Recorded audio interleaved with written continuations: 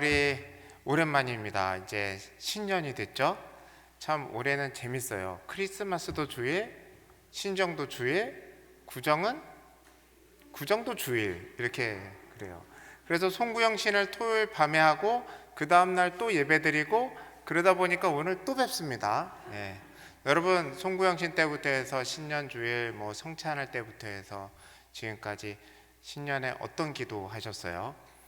저는 이제 어쩔 수 없어요. 학부모라 애들 키우는 게 가장 큰 이게 눈에 캄캄한 일이라 애들 기도가 이제 먼저 나와요.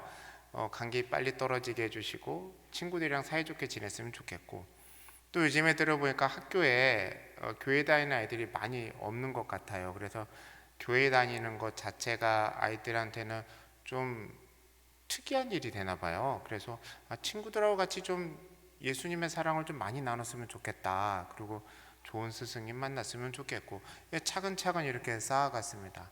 그러다가 이제 뭐 제 기도도 넣고 부모님 기도 넣고 뭐 교회 기도 넣고 이렇게 차근차근 막 들어갔어요. 근데 가만히 생각해 보니까 작년 기도하고 뭐가 다른가 이런 생각이 드는 거예요. 여러분, 기도는 그리고 영성 생활은 해가 거듭할수록 뭔가 다른 맛이 나야 되잖아요. 그렇죠? 묵은지가 왜 맛있어요? 묵혀놓으면 솔직히 모르겠어요. 뭐가 1년 된 거, 3년 된 거 잘 모르지만 더 맛있는 것 같잖아요. 우리도 신앙이 켜켜이 쌓일수록 뭔가 더 깊은 맛이 나야 되지 않겠습니까? 여러분 올해는 무슨 기도를 하셨습니까? 오늘 이렇게 일찍 오셔서 기도하실 때 무슨 기도 하셨어요? 오늘 시편 123편은요 성전에서 드리는 첫 기도입니다. 제가 수요 영성 집회 때 어떻게 하냐면 시편 120편부터 있는 성전으로 올라가는 노래라고 하는 시편을 하나하나 하는데요, 120편은 집을 떠나면서 하는 기도입니다. 죄악된 땅 난 떠나서 주님 향해 가겠습니다, 그런 고백이에요. 121편은 중간쯤 와서 기도를 해요. 산이 많고 길이 험하니까 주님 나 좀 도와주세요. 나는 저 높은 산보다 더 위에 있는 하나님 의지하면서 어쨌든 갈럽니다. 그러고 가요. 그리고 122편 돼서는요 성전 문에 다다른 거예요. 우리 교회로 따지면 저기 광장 온 거예요. 광장 아는 사람도 만나고 예배 드리는 사람 만나고 기뻐서 이제 성전에 쭉 들어와요. 그리고 나서 123편이 시작이 되는 거예요. 자, 그런데 그 먼 순례길을 왔는데 무슨 기도를 할까요? 사실 저는 이제 123편을 이제 하면서 제 나름대로 이런 기도를 하지 않겠나 했는데 제 생각하고 전혀 본문이 느낌이 달라요. 그래서 본문은 이렇게 해야 되는데 제 생각이랑 달라서 많은 고민을 하면서 묵상을 했습니다. 그래서 더 저에게는 큰 은혜가 됐던 것 같아요. 자, 무슨 기도를 했는가 우리 살펴보도록 할까요? 1절 말씀 우리 함께 읽겠습니다. 시작. 하늘에 계시는 주여 내가 주를 향하나이다. 한글로는 하늘에 계시는 주여 이렇게 시작하는데요, 그 히브리어는 어순이 좀 달라요. 그래서 어떻게 하니까 주를 향하여 이런 거예요. 주님이 먼저 딱 나오는 거예요. 내가 하나님을 봅니다는 뒤에 나오고 하늘에 계시는 뒤에 나와요. 주님이 딱 먼저 나오는 거예요. 여러분 주기도문도 똑같아요. 하늘에 계신 우리 아버지라고 하는데 원문에는 아버지 그러고 나서 하늘에 계신 이렇게 붙어요. 그게 약간의 뉘앙스가 다른데 이걸 우리가 기도로 보면 우리는 이미 다 알아요. 우리 기도할 때 어떻게 해요? 그냥 자리에 앉으면 그냥 바로 나오죠. 주여 소리가 그냥 쑥 나오잖아요. 아버지 그러잖아요. 똑같아요. 기도의 시작이 어떻게 하는가? 하늘에 계신 주님 딱 그렇게 나오는 거예요. 주님을 바라보는 것, 주님을 부르는 것, 그게 첫 번째예요. 그런데 여기서 중요한 것은 내가 눈을 들어 주를 향합니다 하는 거예요. 순례의 길을 그렇게 어렵게 왔는데 그 첫 번째 기도는 내가 주님을 바라봅니다 인 거입니다. 여러분 여기에 기도의 능력이 있어요. 기도는 하는 사람의 능력에 따라 기도의 능력이 있는 거 아닙니다. 우리의 기도가 능력이 있는 건 기도를 받으시는 우리 하늘 아버지가 들으시기 때문에 우리의 기도가 능력 있는 거예요. 우리의 기도 방법이 능력 있는 거 아니에요. 여러분 아시죠? 이제 신년이니까 다들 아세요. 108배 전 2번만 해도 무릎 아파요. 요즘에 절할 일 더 없잖아요. 요즘에 예전에는 이제 세배하러 가면 세배 좀 했는데 요즘에 제가 세배하겠다고 그러면 받기 싫어하시더라고요. 나이 들어 보여서 제가 세배하는 거 별로래요. 그래도 뭐 억지로라도 그냥 받으시라고 하는데 참 저라는 게 드물어졌어요. 우리가 불교처럼 지금 108배 한번 해보겠습니다. 그러면 다음 주에 수요영성 집회 누가 나오겠어요? 아무도 안 나온다고요. 그냥 주일날 난리가 날 거예요. 최 목사가 그냥 힘들겠다고. 맞아요. 기도의 노력, 기도하는 방법, 기도하는 열정, 그것 가지고 따지면 그리스도인이 다른 종교하고 차별이 없어요. 우리의 기도가 능력 있는 건요, 받으시는 주님의 능력이 있기 때문에 그렇습니다. 그래서 줄여서 얘기하면요, 기도는 그 자체가 승리예요. 영적인 승리는 기도 응답에 얼마나 자주 응답을 받느냐, 기도로 응답을 예스라고 받았느냐, 기도 응답을 불같이 받았느냐, 그런 것에 있는 것이 아니라 내가 와서 지금 순례자처럼 주님, 하늘에 계신 주님, 나 주님을 바라봅니다. 그 말 자체가 기도의 능력이고 신앙의 승리입니다. 그렇게 따지면 여기 와서 기도하시고 예배하시는 여러분들이 승리하신 거예요. 여러분, 사단이 뿌려놓은 가라지는 이제 그 정도 가라지는 우리가 손으로 뽑아서 버릴 수 있어야 돼요. 사단이 뿌린 가라지 다 성령님이 뽑게 하실 필요 뭐가 있어요? 여러분 뽑을 수 있는 걸 여러분이 뽑아 버리세요. 기도를 하는 것 자체가 사단에게는 골칫거리예요. 안 하는 게 사단이 좋아하는 거예요. 기도하면서 헛된 마음 품고 응답이 어떻게 되는가 의심하고, 오면은 좋아하고 안 오면은 삐져야지, 이런 마음으로 두 가지 마음을 가지고 품고 기도하는 거, 그거에 사단이 바라는 거예요. 그런 가라지 다 뽑아버리시기 바랍니다. 기도하는 게 승리이고 예배하는 게 승리입니다. 제가 오늘 설교하러 오기 전에 유튜브 보니까 30몇 분이 보고 계시는 것 같아요. 혹시 여기 와 계신 이 표현에 너무 마음 걸려하지 마시고 잘하고 계시니까 우리 나 자신을 축복하면서 이렇게 얘기합시다. 기도가 승리입니다. 우리 좌우에 있는 사람 축복합시다. 함께 예배드리는 것이 승리입니다. 네. 자, 네. 감사합니다. 네. 자, 이제 2절 말씀 한번 볼까요? 이제 뭘 기도하는지를 봐야죠. 2절 말씀 우리 함께 읽겠습니다. 시작. 상전의 손을 바라보는 종들의 눈같이, 여주인의 손을 바라보는 여종의 눈같이 우리 눈이 여호와 우리 하나님을 바라보며 우리에게 은혜 베풀어 주시기를 기다리나이다. 자, 뭘 바라봐요? 은혜 베풀어 주기를 기다려요. 기도에서 이게 조금 무서운 건데, 첫 번째 뭘 바래요? 은혜를 바라는 거예요. 은혜를. 그렇죠? 여러분, 은혜라는 표현은 성경을 볼 때도 우리가 너무 익숙해서 대충 슬쩍 넘어가는데, 은혜라는 표현을 대충 슬쩍 넘어가면 앞뒤 본문이 다 날아가 버립니다. 여러분, 은혜가 뭐예요? 저는 이제 청소년부 사역할 때 은혜를 똑바로 가르치는 걸 그렇게 해도 4년이 지나고 5년이 지나도 그냥 안 되더라고요. 그래서 이건 내가 평생 해야 될 일인가 싶어요. 여러분, 약간 구분을 할게요. 말로 복하고 은혜는요 달라요. 성경에선 섞어서 쓰긴 하지만 구분을 해야 돼요. 둘 다 우리가 받는 선물은 맞아요. 하나님께서 주신 복 맞아요. 많이 받으세요. 기도하세요. 건강의 복 기도하세요. 재물의 복 기도하세요. 가정의 평화 원하는 거 마음껏 기도하세요. 받으세요. 그런데요, 그 복이라고 하는 건요, 하나님이 주실 수도 있지만 다른 사람이 줄 수도 있어요. 그리고 내가 스스로 어떻게 받아낼 수도 있어요. 그런데 성경에서 은혜라고 했을 땐 완전히 달라요.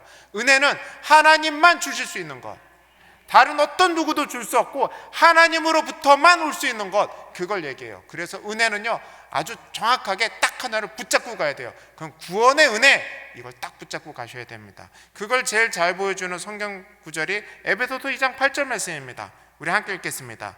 너희는 그 은혜에 의하여 믿음으로 말미암아 구원을 받았으니 이것은 너희에게서 난 것이 아니요 하나님의 선물이라. 표현에 따지면 은혜가 이 모든 것을 하게 되는 원동력이에요. 믿음은 그 통로예요. 그리고 은혜가 해서 뭘 하는 거예요? 우리가 구원을 받았다라고 하는 거예요.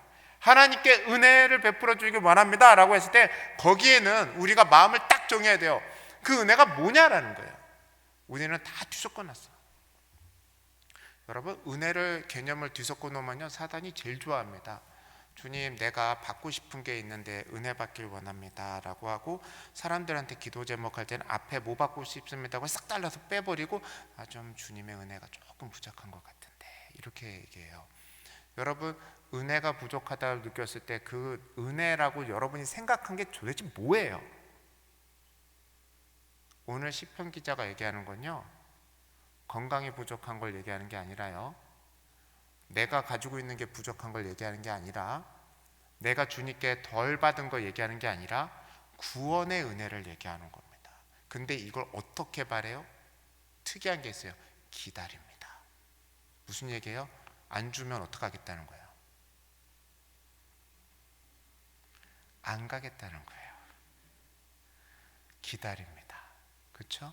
여러분, 우리가 여기서 마음을 가다듬어야 돼요. 우리 그리스도인요, 뭐 다른 사람한테는 당당하게 지내세요. 다른 사람한테는 눌리지 마세요. 어디 가서 기죽지 마세요. 그러나 하나님 앞에서는 우리가 정체성이 분명해야 돼요. 하나님은 상전이고 우린 종이에요. 하나님은 여자 주인이고 우리는 여종이에요. 그러니 우리는 어떻게 해야 돼요? 주세요라고 하고 주실 때까지 기다리는 겸손함이 있어야 된다라고 하는 겁니다. 우리는 약간 좀 그렇게 해요. 주님, 내가 수요영성 집회까지 왔는데, 날 추운데, 굳이 왔는데, 어느 집사는 안 왔는데 나는 왔는데, 누구는 왔는데 주셔야죠 라는 그런 조그만한 불순종의 마음이나 겸손하지 못한 마음은 그것 때문에 우리가 은혜를 못 받는 겁니다. 엎드려야 돼요. 답자. 주님, 내가 진짜 은혜가 필요합니다. 구원의 은혜가 필요합니다. 주님만이 주실 수 있습니다. 주님, 내게 더 부어주시옵소서. 그 기도를 할 수 있길 바랍니다. 그런데 이게 더 중요한 게 뭔지 아세요? 제가 여기서 참 2절 말씀 중에 제일 좋아하는 거, 우리에게 라고 써있어요. 누가 기도해요? 시편 기자가 기도하고 있죠. 내가 주님을 바라봅니다 1절에 했는데, 은혜는 누구한테 있길 바래요? 우리에게. 그게 교회 공동체예요. 그래서 수요영성 집회를 모여서 예배를 드리는 거예요. 여러분, 우리가 왜 우리 교회 와서 같이 예배하자고 그럴까요? 지금 유튜브로 보시면서 혼자 예배하시는 분들 뭐라 하는 거 아니니까 마음 상해하지 마시고요. 각자 사정 다 있으리라 합니다. 그러나 여러분도 다 아실 거예요. 같이 모여 예배하면서 우리가 함께 은혜를 강구하는 그것이 교회의 복이라는 거예요. 여러분, 여기 있는 우리가요, 그래서 은혜가 넘치는 거예요. 지금 우리가 강구하면 누구예요? 여기 우리 누구로 하고 싶어요? 몇 분 오셨는지 모르지만 여기 제가 봤을 때는 한 100명이라 보고, 여기 100명을 우리라고 하실 거예요? 아니죠. 내가 기도하지 않으면 기도하기 힘든 병상에 누워 계신 분 우리 안에 넣어야 되지 않겠습니까? 교회 와서 한 번 더 기도하고 싶은데 지금 생계 때문에 내가 일손을 놓을 수 없어가지고 아직도 퇴근 못하고 절절 매고 있는 그 사람 우리 안에 넣어야 되지 않겠습니까? 너무 어렵고 마음이 상해서 교회로 돌아오고 싶지만 여러 가지 장애 때문에 올까 말까 갈팡질팡하고, 사람들 연락 오는 거 받자니 민망하고, 그래서 잠수 타고 있는 사람들, 이 우리 안에 우리가 넣어줘야 되지 않겠습니까? 예수 안 믿는 사람들, 이 우리 안에 우리가 넣어줘야 되지 않겠습니까? 그래서 시편 123편은 우리에게 도전을 하는 거예요. 하나님께서 주시는 은혜 누가 받길 원하느냐라고. 여러분, 여기에 우리 수요영성 집회까지 오신 우리가 사명이 있는 겁니다. 주님, 하나님의 은혜가 한두 명에게만 쏟아질 정도가 아니라 이 세상 모든 사람에게 주어질 만큼 예수 그리스도의 십자가의 은혜는 풍성함을 우린 믿습니다. 이 자리에 오지 못하는 우리 약수교인 모두 한 명 한 명을 안수해 주시옵소서. 갑작스러운 어려운 가운데 병상에 누워 계시고 집에 계시고 일어나지 못하고 예배드리고 싶지만 오지 못하고 있고, 전화하지만 전화가 안 되는 그 사람들 한 명 한 명 주님께서 안수해 주시고 도와주시고, 주님, 나는 여기까지 걸어올 수 있는 능력이 있지만 오지 못하는 그 사람에게는 갑절의 은혜를 부어주시옵소서. 그게 우리에게 주신 기도의 은혜입니다. 우리 모두 그렇게 서로를 위해 더 큰 은혜를 간구하는 우리 모두 되기를 축복합니다. 여기에서 3절 4절에 보면요, 이제 어떤 은혜를 구하는지를 구체적으로 나오는데, 우리 3절 말씀 함께 읽어볼까요? 시작. 여호와여 우리에게 은혜를 베푸시고 또 은혜를 베푸소서. 심한 멸시가 우리에게 넘치나이다. 3절을 보면 은혜를 베푸소서를 2번 반복해요.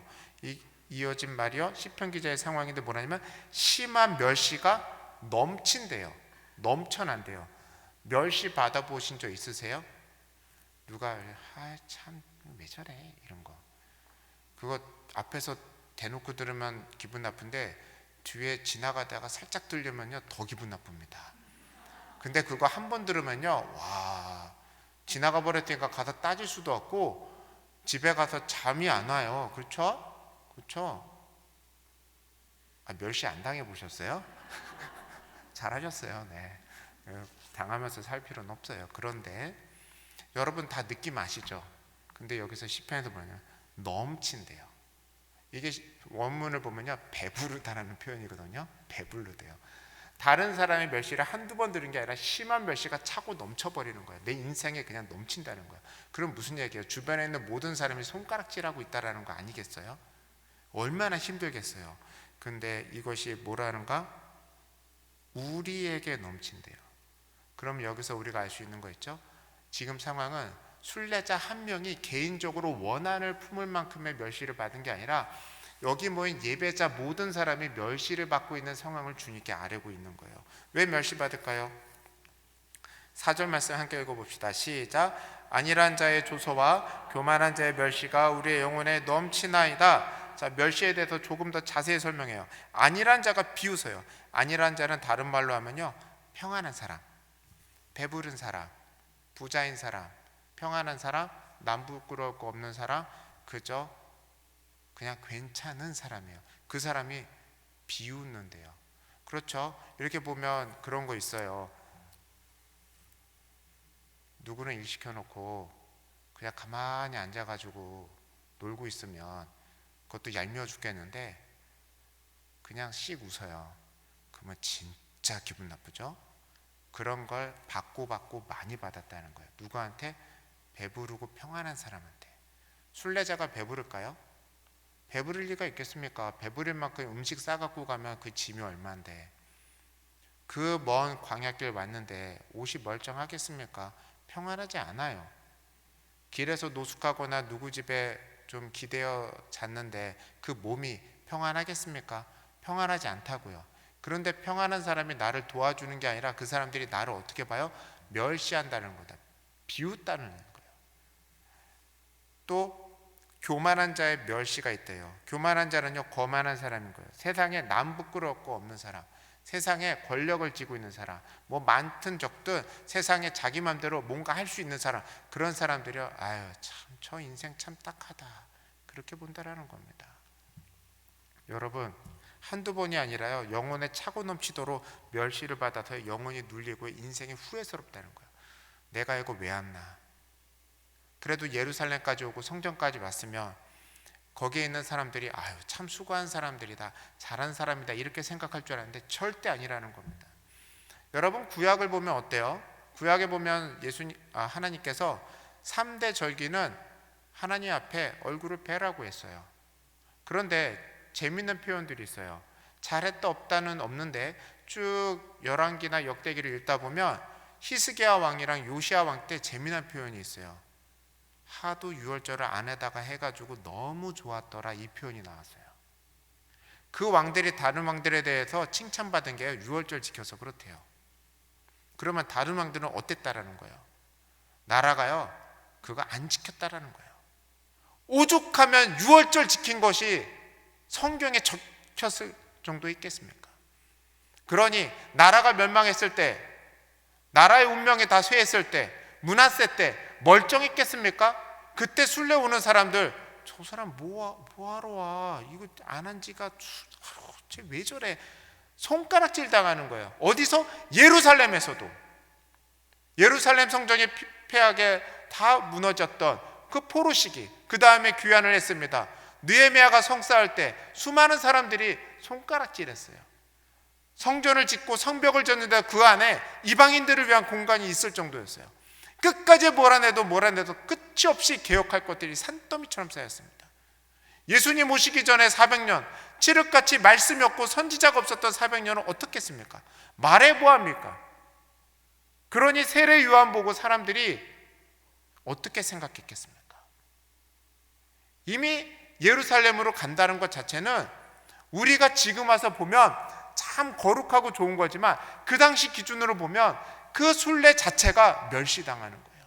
신앙은요, 멸시당하는 겁니다. 한동안 한국교회가 성장하면서 참 좋은 일도 많이 하고 그래서 칭송도 받았지만 코로나 때 보세요. 가족이 말리잖아요.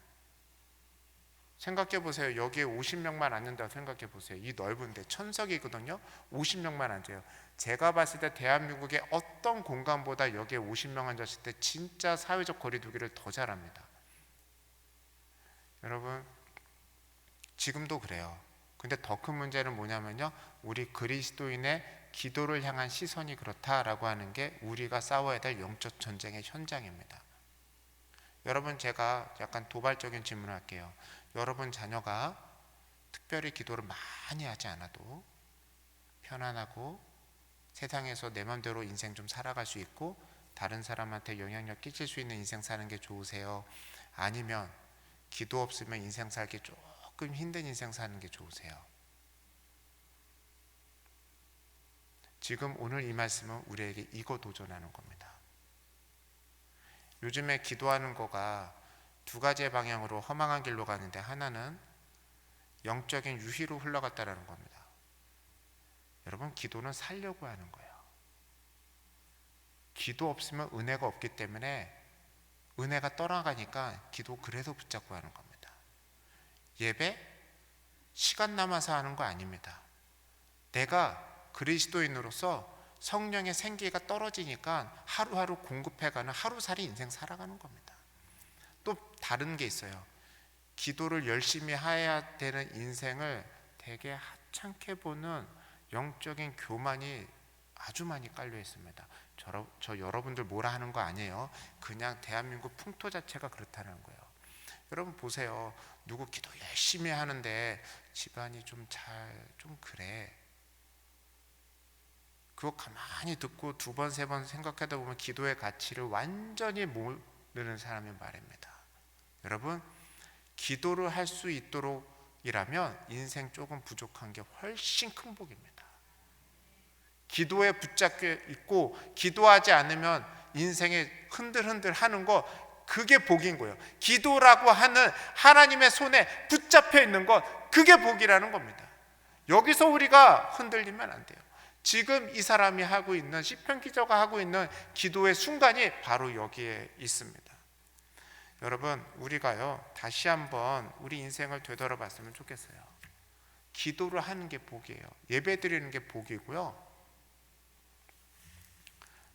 사람마다 많이 물어봐요. 이제 제 아들도 친구들이 이제 교회 안 다니는 친구들이 많으니까 아주 근본적인 걸 물어봐요.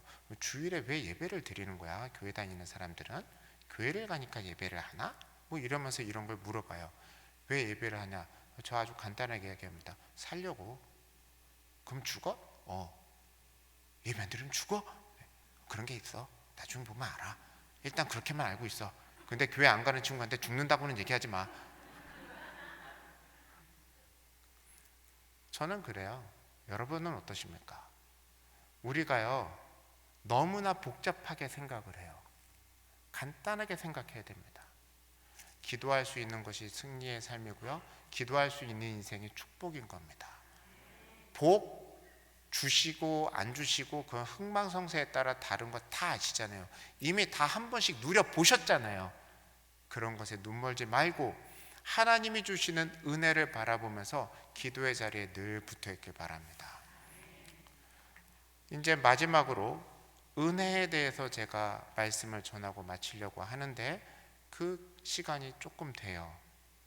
자, 여기서 말하는 은혜는 우리가 다시 한번 생각해 봐야 됩니다. 지금 여태까지의 1절부터 4절의 톤을 봤을 때 멸시를 당하는 이 사람이 왜 은혜를 구할까요? 저는 오늘 시편 123편 말씀을 묵상하면서 이 부분이 매우 힘들었어요.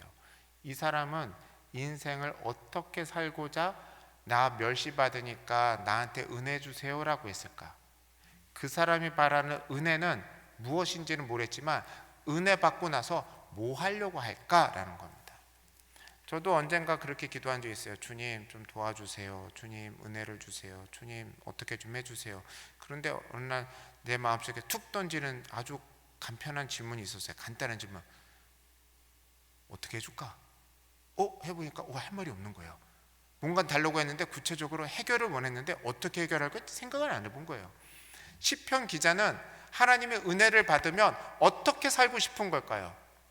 이건 우리가 분명히 알 수 있는 거 있어요. 멸시와 어려움 속에서도 순례의 길을 또 올까요? 안 올까요? 오겠다라는 거예요. 주님, 내가 저 먼 집에서 죄악이 관영한 그곳에서 오만한 사람들의 자리를 떠나서 여기까지 왔는데 주님 은혜를 주세요. 그 은혜를 받으면 이 사람은 어떻게 할까요? 천국으로 갈까요? 아니요, 다시 가겠다는 겁니다. 저 죄악이 가득하고 나에게 멸시하는 사람들이 있고 순례하는 길이 미련하다고 비웃음이 있는 그 먼 길을 다시 갔다가 다시 또 오겠다라고 하는 겁니다. 여러분, 여기에서 은혜에 대해서 우리가 몇 가지를 알아야 되는데 우리는 늘 구원에 있어서 하나만 알아요. 뭐냐면 용서, 칭의, 그것만 알아요. 죽은 자가 살아나게 되고 아픈 것이 고침을 받고 내가 인생의 바닥을 쳤을 때 겨우 일어나는 것, 복음서에서 너무나도 많이 본 것, 거기까지만 우리는 은혜로 딱 가둬놓습니다. 그 다음에 어떻게 하는 거냐? 내 맘대로 살아요. 아니에요. 하나님의 은혜는 그보다 더 차고 넘쳐서 우리를 거룩한 성화의 길로 살아가게 합니다. 여러분, 내가 용서받으면 나머지의 삶, 성경 말씀에 있는 대로의 그대로 사는 거 내가 할 수 있습니까? 해보셨어요? 안 돼요. 하나도. 해보세요. 하나도 안 됩니다. 성경 말씀 있는 대로 살아가는 그 거룩한 삶, 성화의 삶, 거기에도 하나하나 다 은혜가 필요합니다. 시편에요, 지금 이 기도와 비슷한 말이 있는데 시편 119편 22절 말씀이 있어요. 우리 함께 읽겠습니다. 내가 주의 교훈들을 지켰사오니 비방과 멸시를 내게서 떠나게 하소서. 멸시를 떠날 수 있는 길은요, 멸시하는 사람하고 싸우는 거 아닙니다. 귀 막고 사는 것도 아닙니다. 다른 길로 가는 거 아니에요. 여러분, 어딜 가나 신앙을 하게 되면요, 세상에서 다 손가락질 하게 돼 있어요. 죽을 때까지 그럴 거니까 안 그런 게 이상한 겁니다. 그냥 그러려니 하세요. 내가 이 비방과 멸시 가운데서 떠나서 온전히 주님께 갈 수 있는 길은 딱 하나예요. 주님의 교훈을 지키는 겁니다. 하나님의 말씀을 지키는 그 거룩한 길, 십자가의 길, 예수님의 길을 뒤따라가는 길은요, 성령의 은혜 없이는 절대 못 갑니다. 그래서 그 은혜를 구하는 거예요. 주님, 성화의 길을 끝까지 갈 수 있는 은혜를 주시옵소서. 내가 저 문을 나갔을 때 똑같은 인생의 굴레 가운데 들어갔을 때 하나님의 말씀을 지켜 살아내고 허망한 길에 멸시 가운데 내 영혼 뺏기지 않고 승리할 수 있도록 살아가게 하여 주시옵소서. 라는 그런 성화의 은혜가 우리 모두에게 있길 바랍니다. 또 하나는 뭐냐면 영화의 은혜가 있다라고 하는 거예요. 사단은요, 우리의 그리스도인을요 너무 겸손하게 해놨어요. 겸손은 하나님 앞에 겸손하면 되는데 믿음에 있어서도 겸손하다 못해 믿음의 가치를 너무나도 낮게 해놨어요. 뭐냐면 그냥 용서받으면 됐지 뭐 그러는 거예요. 그러고 나서 은혜를 자꾸 어디 가서 받으려면 죄짓고 용서받고 죄짓고 용서받고 죄짓고 용서받고 그 은혜의 물가에서만 돌게 만들어놔요. 아닙니다. 하나님이 우리를 구원하시기로 작정하셨을 때는요, 그거보다 더 크고 원대한 계획을 가지고 있어요. 그것을 제일 잘 보여주는 표현이 로마서 말씀이에요. 로마서 8장 30절 말씀 함께 읽겠습니다. 시작. 또 미리 정하신 그들을 또한 부르시고 부르신 그들을 또한 의롭다 하시고 의롭다 하신 그들을 또한 영화롭게 하셨느니라. 자, 부르신 그 사람들 정하셨다라는 거예요. 우리를 부르셨어요. 이미 정해서 불렀다는 겁니다. 불러서 어떻게 해요? 의롭게 했다는 거예요. 의로운 건 용서할 뿐만 아니라 의롭게 살아가겠다라고 하는 거예요. 성화의 길까지 포함한 거예요. 그럼 거룩하게 혼자 살아가고 끝나는가? 거기에 끝나는 게 아니에요. 우리를 통해 하나님의 영광이 드러나가게 하겠다. 영화의 길까지 하나님의 모든 은혜를 우리에게 주십니다. 이것을 우리가 바라면서 살 수 있길 바랍니다. 우리는 자꾸 너무 거울만 봐요. 내 모습만 봐요. 아, 주름이 늘었네. 머리가 조금 빠졌나. 제 얘기예요. 네. 얼굴 톤이 좀 그런가? 그러면서 아내한테 그러면 그냥 살아. 결혼했잖아. 애들은 아빠 젊었을 때 모습 모르니까 원래 그런 줄 알아요. 네. 뭐 그래도 괜찮아요. 여러분, 눈에 보이는 건 다 그래도 괜찮아요. 눈에 보이는 거 너무 분석 많이 하고 너무 철두철미하게 하고 유튜브 보고 책 보고 미래를 예측하고 걱정 근심 다 싸질러 져봤자 똑같아요. 내년 돼도요 또 다른 근심 걱정이 또 다르고요. 계속 있어요. 평생 있을 거예요. 우리가 바라봐야 될 것, 우리를 영화롭게 하는 빛들의 아버지 되신 하나님이십니다. 하나님을 바라보고 눈을 머세요. 참 우리 교회는 좋은 게 눈을 들면 조명이 너무 많아서 보면 눈이 부셔요. 그런데 그것보다 더 큰 하나님의 빛이 있다라니까요. 우리는 너무 우리 자신만을 봐요. 여러분, 우리 자신이 죄된 모습 보고 은혜 속으로 쑥 들어가세요. 내가 너무 요밖에 안 돼서 주님 나는 안 됩니다. 거기에서 기도를 마치지 마시고 주님 나 이거밖에 안 됩니다 라고 하는 내 악한 모습, 거짓된 모습, 죄된 모습 끌고 십자가 깊숙한 데 가서 피비린내를 맡고 오세요. 깊은 데까지 들어가세요. 그러면 주님께서 우리 인생을 어떻게 거룩하게 하셔서 영화롭게 하실지 그 놀라운 은혜가 우리 가운데 임할 겁니다. 우리는 너무 하나님을요 얕잡아 봐요. 나 용서받고 조금 감정적으로 괜찮아지고 주일날 왔을 때 조금 은혜 받으면 그걸로 충만하지 뭐. 우리 집은 좀 치고받고 싸우지만 교인들 만나서 기뻤으면 뭐 괜찮지 뭐. 그건 어쩔 수 없는 거야. 내 경제적인 상황은 좀 어렵지만 그래도 뭐 가족들끼리 평안하게 하면 그게 괜찮지 뭐. 내가 좀 안 되는 일이 있고 뭐 반복돼서 자꾸 실수하지만 그래도 내 인생 가운데 조금 괜찮으니까 괜찮지 뭐 라고 하면서 내 인생을 향한 하나님의 은혜를 너무나도 좁게 만들어놔요. 아닙니다. 하나님은 우리 인생 전체를 위해서 예수 그리스도의 십자가를 다 흘리신 보혈을 다 흘리셨어요. 그 십자가의 보혈은 내 인생의 일부만 바꾸는 것이 아니라 내 인생의 일부만 축복하는 것이 아니라 내 인생을 완전히 뒤집어 엎어서 우리를 통해서 하나님의 영광이 드러나게 하십니다. 하나도 쓸데없는 인간도 우리 붙잡아가지고 하나님께서 원하시는 일에 도구로 쓰실 것입니다.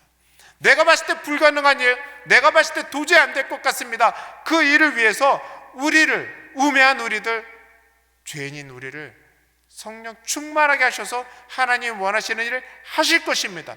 그걸 바라보고 우리를 통해 영광 받으실 주님을 바라볼 수 있는 은혜가 우리 모두에게 있길 바랍니다.